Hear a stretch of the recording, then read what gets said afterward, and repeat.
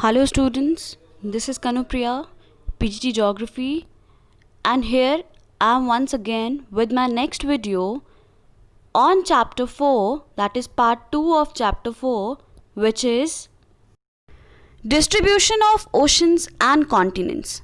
This is the chapter 4 of book 1, Fundamentals of Physical Geography. This is the second video on this particular chapter. In my previous video, we had studied about continental drift theory, which was given by Alfred Wegener in 1912. He gave his theory that initially in the past there was a big landmass named as Pangaea, and that Pangaea was surrounded by a mega ocean body named as Panthalassa. About 200 years ago, that Pangaea was broken up into two parts, namely Laurasia and Gondwana land. Later on, this Laurasia and Gondwana land are further broken up into number of subcontinents, which led to the formation of present-day continents.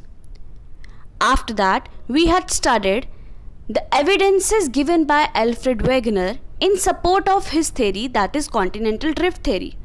In those evidences, we had studied matching of continents or jigsaw fit, rocks of same age across the ocean, tillite, placer deposits, and distribution of fossils. So these were the evidences given by Alfred Wegener in support of his theory, that is continental drift theory. After that, we had studied about the forces responsible for the drifting of continents according to Alfred Wegener. He told there are two forces which are responsible for the drifting of the continents. These forces were pole fleeing force, which is related to rotation of the earth, and the second force given by Alfred Wegener was the tidal force, which is the attraction, gravitational attraction between sun and moon, which generate tidal waves in the oceanic waters. So these two forces were given by Alfred Wegener, which causes the drifting of continents. But later on, most of the scientists discarded this theory, that is continental drift theory, on the basis of that these two forces are not that strong, which can make the drifting of the continents. So this theory was discarded. So this is all that we have discussed in the last video. Today we will discuss the other topics of this chapter. So let's take them one by one. Now comes the post-drift studies. That means after continental drift theory. It is interesting to note that for continental drift, most of the evidence was collected from the continental areas in the form of distribution of flora and fauna or deposits like tillite. A number of discoveries during the post-World War II period added new information to geological structure or geological literature. Particularly, the information collected from the ocean floor mapping provided new dimensions for the study of distribution of oceans and continents. As we had already studied continental drift theory, in which Alfred Wegener had focused only upon the continental land masses. He had not told us about the distribution of oceans. But after drifting theory, after continental drift theory, number of scientists, number of discoveries took place.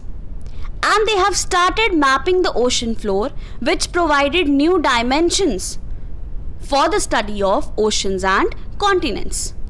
So this is post-drift studies, that is after continental drift theory was given. The next topic is convectional current theory. Convectional current theory was given by Arthur Holmes in 1930s. He discussed the possibility of convection currents operating in the mantle portion.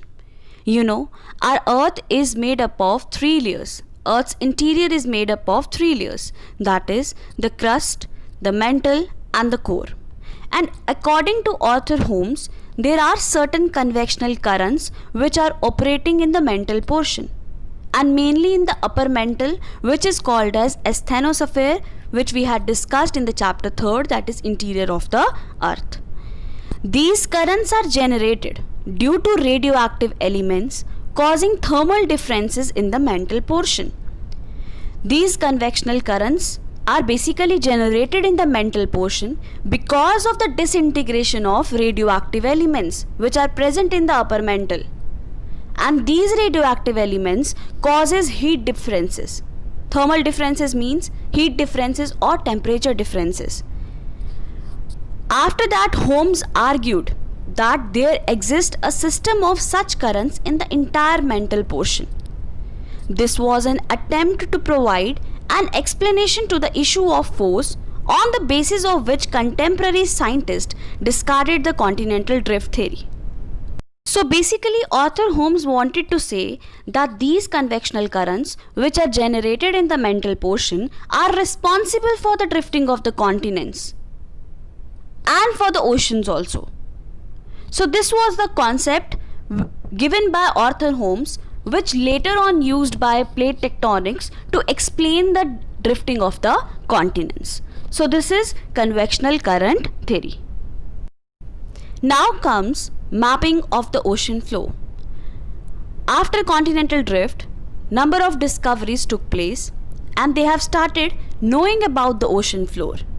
So detailed research of the ocean configuration revealed the fact that ocean floor is not just a vast plain, but it is full of relief. Expeditions to map the oceanic floor in the post-World War II period provided a detailed picture of the oceanic relief and indicated the existence of submerged mountain ranges as well as deep trenches, and they were mostly closer to the continental margins. The mid-oceanic ridges were found to be most active in terms of volcanic eruptions. Moreover, the dating of the rocks from the oceanic crust revealed the fact that they are much younger than the continental areas. Rocks which are present on either side of the crest of oceanic ridges and having equidistant locations from the crest were found to have remarkable similarities both in terms of their constituents and their age.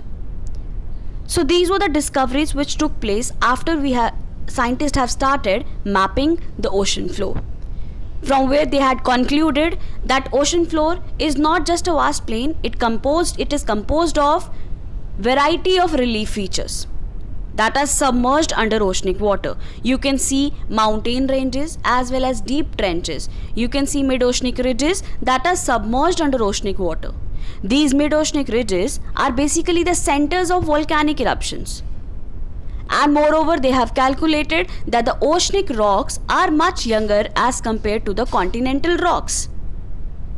And the rocks which are present on either side of the mid-oceanic ridges have similarity in terms of their age and in terms of their constituents. So these were the details that we have got after the mapping of the ocean floor. Now comes ocean floor configuration. In this section, we shall note a few things related to the ocean floor configuration that helps us in the understanding of the distribution of continents and oceans. We know that ocean is composed of number of reliefs. It may be segmented into three major divisions based on the depth as well as the forms of the relief. These divisions are continental margins, deep sea basins, and mid-oceanic ridges. So this is basically the configuration of ocean floor, that ocean floor is mainly composed of three main segments, which includes continental margins, deep sea basin or abyssal plains, and mid-oceanic ridges. First one is continental margins. Continental margins form the transition between continental shores and deep sea basins. So basically, continental margins are placed between continental shores and deep sea plains. Continental margins include continental shelf, continental slope, continental rise, and deep sea trenches. Of these, the deep oceanic trenches are the areas which are of considerable interest insofar as the distribution of oceans and continents is concerned. So basically these are the continental margins, which include continental shelf. Continental shelf are the extended portion of the continents only. These are the platforms which are formed because of the deposition of sediments brought by rivers into the oceans and seas. So continental shelves are the platforms. After continental shelf, the gradient suddenly increases, leading to the development of continental slope. In the continental slope, you will find deep valleys which are called as deep oceanic trenches. So these are basically continental margins. This topic related to oceanic features, you will be studying in chapter 13 in detail.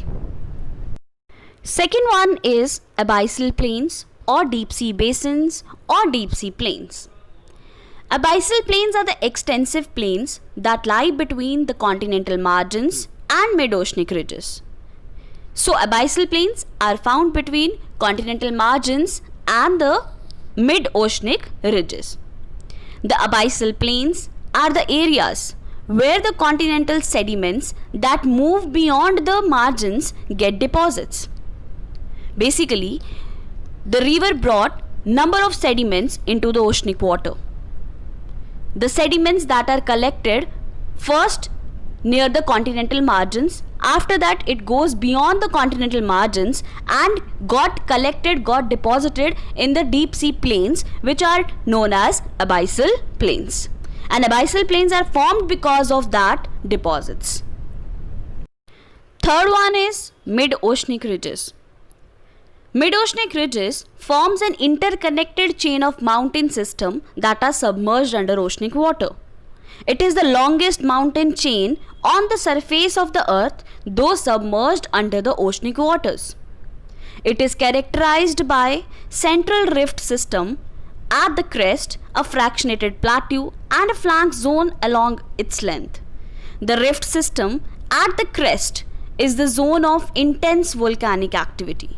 So basically, the volcanic activity that occurs inside the oceanic waters is mainly in the mid-oceanic ridges. So mid-oceanic ridges are a long chain of mountains that are submerged under oceanic waters. And mid-oceanic ridges are the centers of volcanic eruptions that occurs frequently in the oceanic waters. So this is all for today. If you have any doubt, please come up with your doubts. Thank you so much.